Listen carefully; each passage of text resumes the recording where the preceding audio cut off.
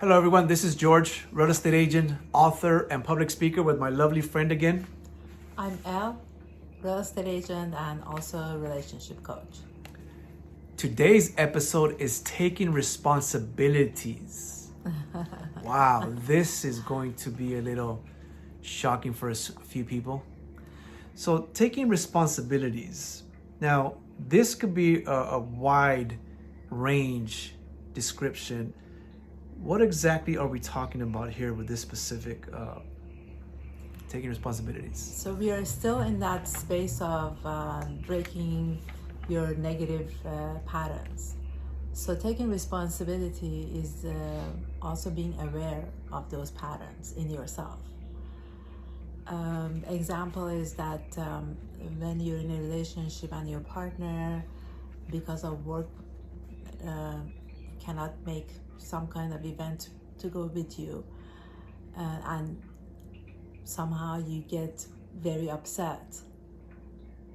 But the deeper truth about that is something has triggered you because he has a good or she has a good excuse about he couldn't make it at that time or night or had to change the schedule. But then something has triggered in you. That's why you don't feel comfortable. You're not happy about that incident. So sometimes you need to kind of look back, go a little bit deeper, and see what has that incident triggered in you.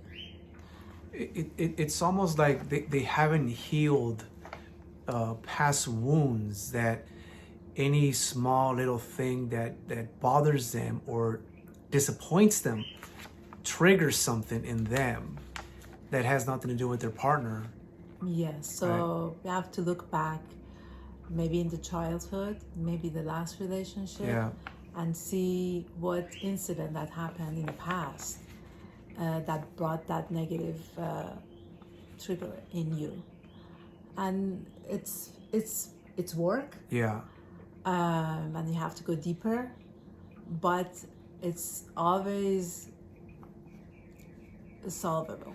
What do you think when it's not a partner and someone says, well, I had a rough childhood and they made me this way? What do you think about that comment or that suggestion? That means that they want to still be that child. If it happened to you when you were 5 or 6 or 10 or an infant or 18, and today you're 40 or 30, you're not that child anymore.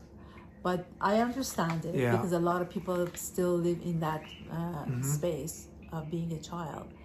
And there are some ways that I help my clients to be able to bring themselves out of that space and bring them to the present time.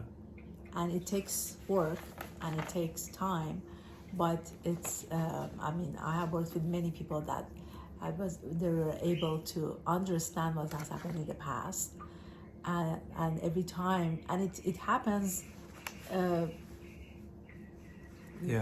after time, because life brings stuff to you. So then just have to kind of go back and say, okay, this is my reaction is based on this and this and this, but today I am 40, I am a beautiful young woman and capable of being in this space and understand that I'm not that child anymore.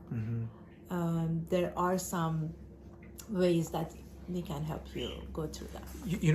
I always said that the most difficult part is acknowledging that there was an issue, that there was a trauma, that there was a pain.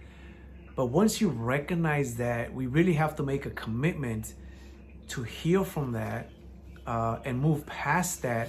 That way we don't treat our new people, our new partners, or new relationships or friendships, and have, because of that, the baggage that we carry from previous life experiences. And it's never fair to these new individuals. It's not their fight. This is an old fight that should have been taken care of a long time ago before they got into a new friendship or relationship. And imagine if two people bring the same past relationships into a new relationship. It's not going to ever No, work. it's going to be chaotic. It's going to be fights and sometimes even abuse. Sometimes they're verbal abuse, psychological abuses, physical abuses, and we have to be careful about that. So I'm glad we were touching on this. Is there any other specific ways that we can identify maybe areas where we can become better as far as by taking a responsibility? How can someone do that?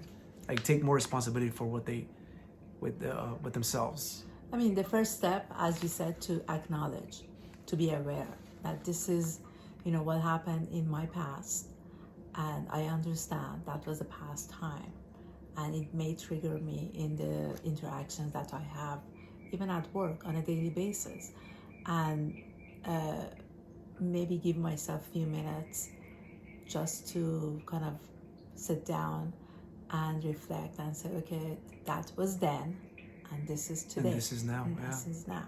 Yeah.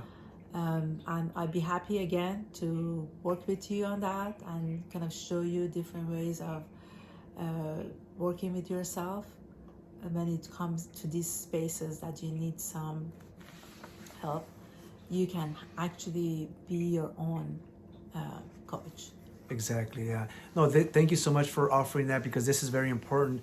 This topic is very, very important. We have to take responsibility for ourselves, for our actions, and make sure that we don't hurt anybody else, because we refuse to heal, change, and move forward from our past. There is one thing I just realized, that also when you're in that relationship, you can basically say,